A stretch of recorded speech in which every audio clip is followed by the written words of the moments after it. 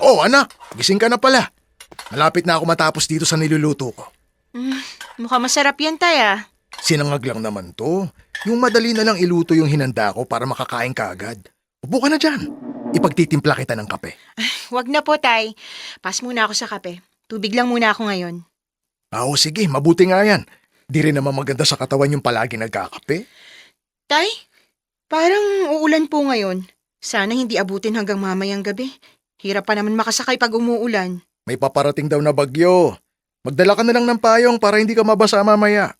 Opo, Tay. Hindi ko naman po nakakalimutan. Huwag mo nang alalahanin mamaya yung sasakyan mo. Ibibili na lang kita sa ninong mo. Namamasada naman yun tuwing gabi. Sige po, Tay. Lagi naman kay Ninong yung nasasakyan kong tricycle tuwing uuwi ako. Ay, siya nga pala. Nagbabakasyon sa kanila yung pamangkin niyang galing Cambodia.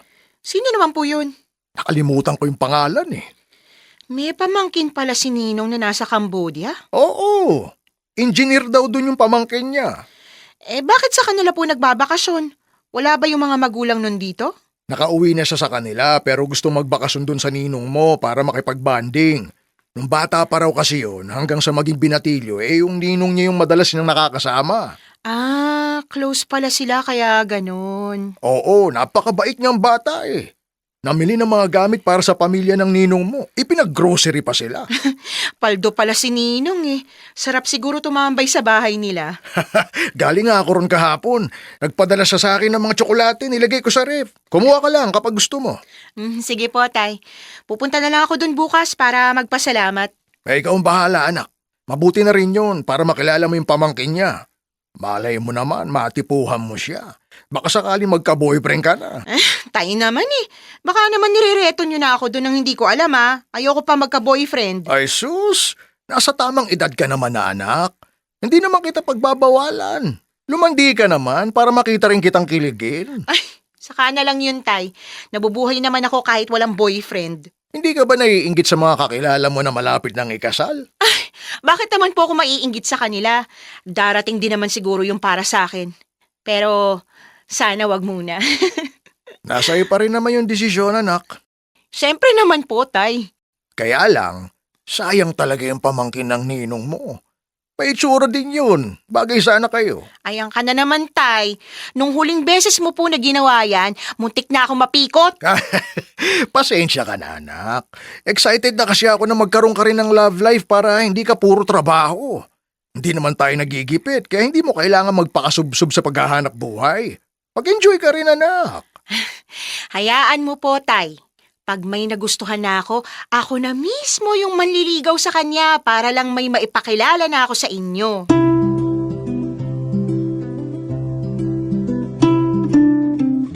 Dear Love, ako si Elise, only child.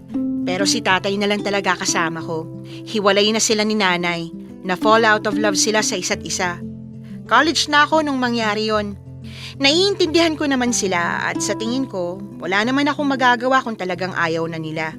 Ang mahalaga na lang sa akin, may communication pa rin kami ni nanay. At okay din sila ni tatay.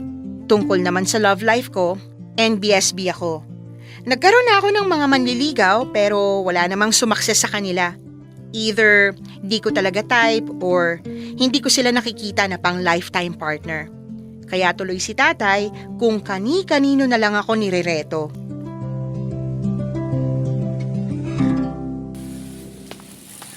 Nak, nasaan ka na? Kabababa ko pa lang po ng jeep, Tay. Naglalakad na ako papuntang terminal ng tricycle. Naghapunan na po ba kayo? Hindi pa. Sabay na lang tayo. Hintayin na kita. Sige po, Tay. Sana nga makasakay na ako agad. Tay, kailangan ko na po ito ibaba. Lumalakas na kasi yung ulan. Bibilisan ko na maglakad para hindi na ako masyado mabasa. Sige anak, pagdating mo sa terminal, Tay? Hello? Ay, pambihira naman oh. Ngayon pa talaga na deadbat tong phone ko.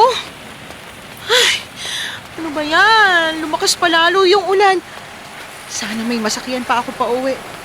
Ay, dapat kanina pa ako nagmadali eh.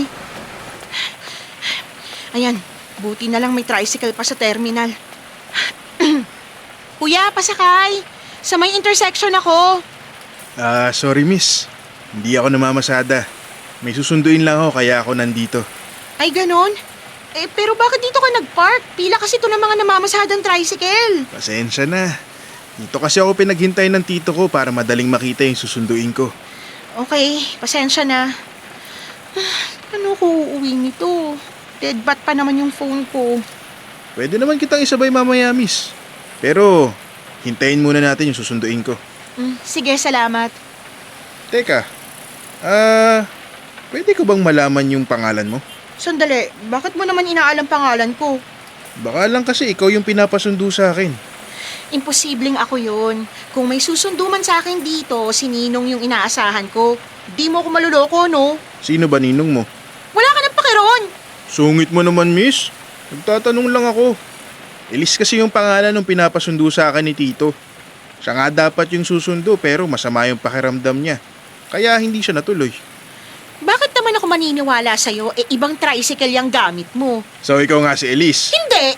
Miss, kung ikaw si Elise, mas mabuting sumakay ka na. Ang lakas na ng ulan, oh. May bagyo pa naman ngayon. Baka abutan na tayo ng baha sa daan. Hindi nga ako si Elise! Sige, bahala ka, baka di ka makauwi. Sure ako na wala nang maglalakas loob na bumiyahe mamaya pag baha na yung dadaanan. May iba pa akong masasakyan dyan, no? Kahit kolorong pa, patusin ko na makauwi lang sa amin. Miss, mas safe pa kung dito ka na lang sasakay kaysa sa colorum. Kung ikaw nga yung inaanak ni Tito, cargo kita. At kailangang maihatid kita ng ligtas sa inyo. Siguraduhin mo lang na maihahatid mo ako sa amin. Kapag may masamang nangyari sa akin, di ka sasantuhin ng tatay ko.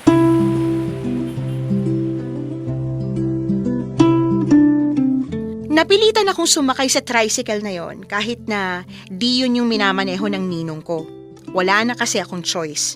Tama si Kuya Driver. Wala nang maglalakas loob na bumiyahe kapag gano'n nakalakas yung ulan dahil baka ma-stranded sa daan pag bumaha. Kaya lang, kahit madilim nun, napansin ko na nag-iba ng daan yung tricycle driver. Nagpanik agad ako kasi medyo liblib na yung area. Kung ano-ano nang pumasok sa isip ko ng sandaling yon dahil sa mga babaeng nababalitaan kong na-rape at pinatay. Sa takot ko, bigla na lang akong tumalon ng tricycle.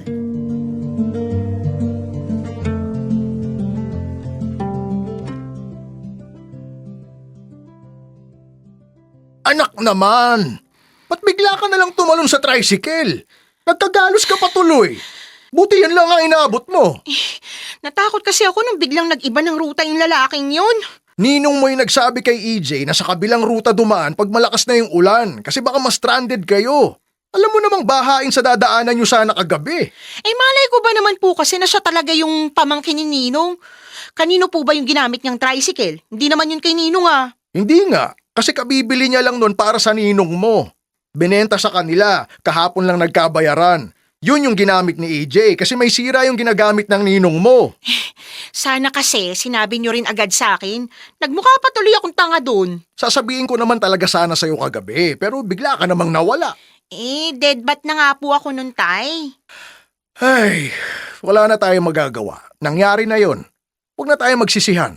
Humingi ka na lang ng pasensya mamaya dun kay EJ. Nakakahiya naman sa kanila.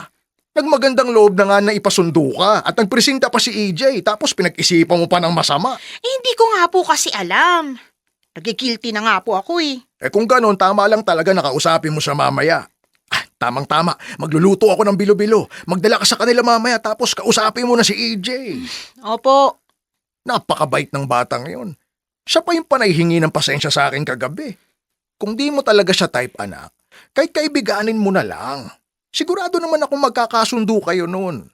Medyo kalmahan mo lang, ha? Palagi ka kasing masungit sa mga lalaki.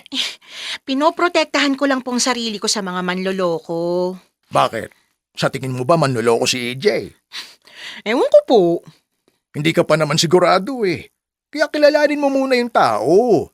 Malay mo naman. Ay, tay naman. Sinisip niyo na naman ako sa lalaking yun. Baka nga pinagtatawanan na ako ngayon nun eh, dahil sa ginawa ko. Hindi ganon si EJ, anak.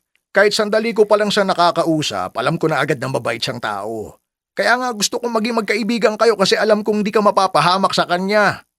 Subukan mo lang, anak. Sige na, para sa tatay. Dinadaan niyo pa ako sa ganyan. Paano kung di ako magustuhan nun?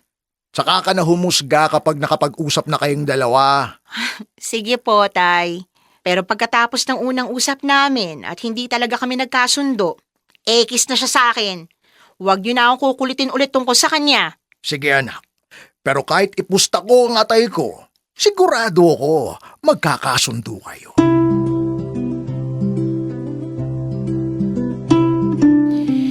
Pinagbigyan ko si tatay sa hiling niya sa akin. Naisip ko rin kasi na may utang na loob ako kay EJ dahil kahit pinag-isipan ko siya ng masama, sinigurado pa rin niya na okay ako nung gabing yon.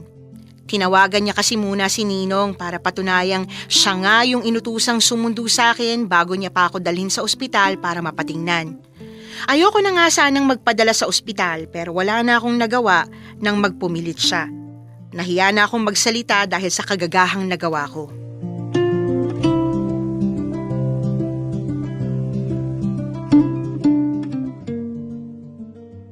Baka mapanisan ka ng laway niyan. Kanina ka pa di nagsasalita.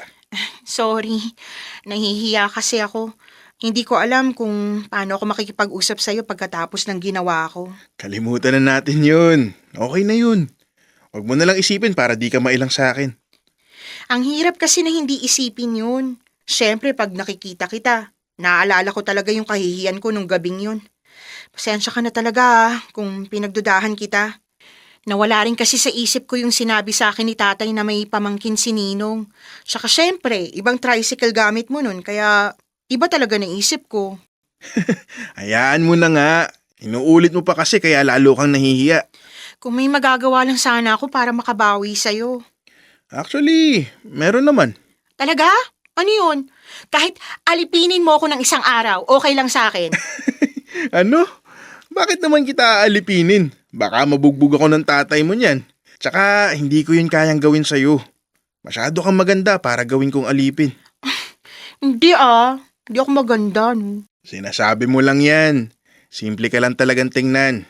Kasi wala kang kaarte-arte. Pero maganda ka. Imposibleng walang nanliligaw sa'yo. Meron naman. Ayoko lang talaga sa kanila. Bakit? Ano bang type mo sa isang lalaki? Basta matino. Bonus na lang yung looks. Matino naman siguro ako sa pagkakakilala mo, di ba?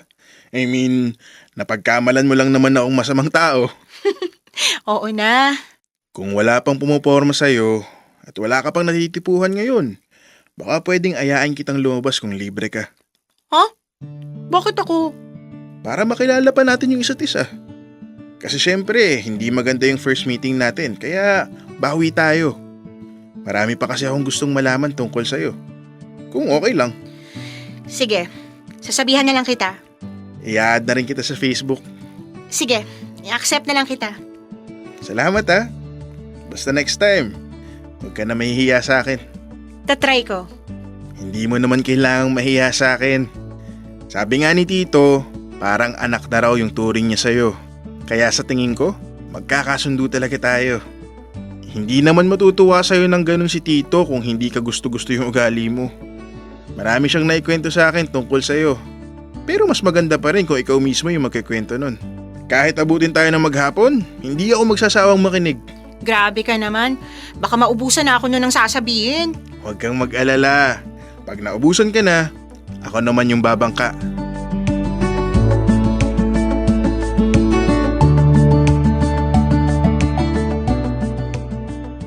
Dear Love, natuloy yung first date namin ni EJ. Di ko nga akalain na magkakasundo kami agad. May connection kami na hindi ko naramdaman sa mga nanligaw sa akin. Mabait nga talaga siya. Gentleman din at sobrang attentive. Para tuloy akong prinsesa tuwing magkasama kami. Di nagtagal, naging kami na.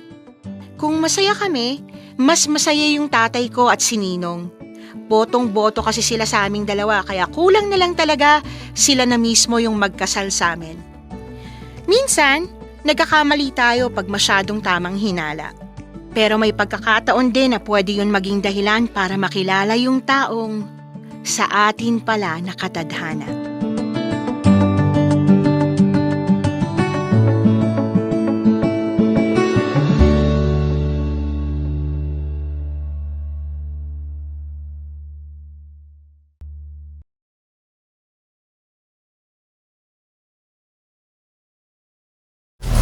Metro's #1